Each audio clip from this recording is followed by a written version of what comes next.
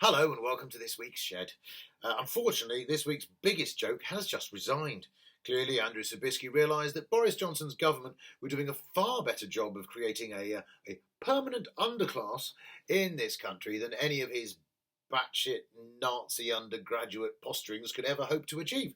So he surprised everyone by doing something called the decent thing, which, as anyone who has ever read any of his online output will realise, cannot have come easily. Been a weird week for the government.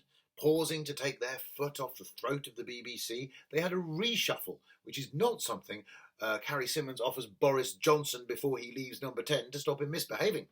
No, this is more of a comings and goings, which backfired slightly when Chancellor Sajid Javid shockingly refused to remove his trousers, bend over, and have a neatly rolled up copy of the collected works of Ayn Rand inserted into him by someone inadvisable.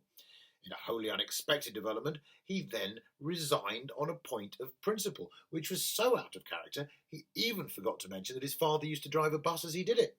So, as the shortest-serving Chancellor in living memory, Sajid is now presumably looking for a job. Perhaps he could follow his father and drive a bus. After all, Boris Johnson has just announced £5 billion worth of new buses to go with HS2. Presumably, all the buses will have a big sticker on the side saying, "I was promised to the NHS" instead. Maybe Andrew Sabisky could join them, although I don't think he'd be that keen on working with the Javids because he thinks they're a bit thick on account of their skin colour. What a nice chap.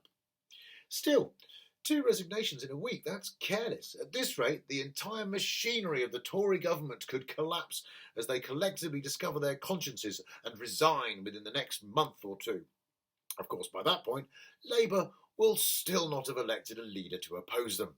Pretty sure this is what we all voted for. See you next week in the sunlit uplands.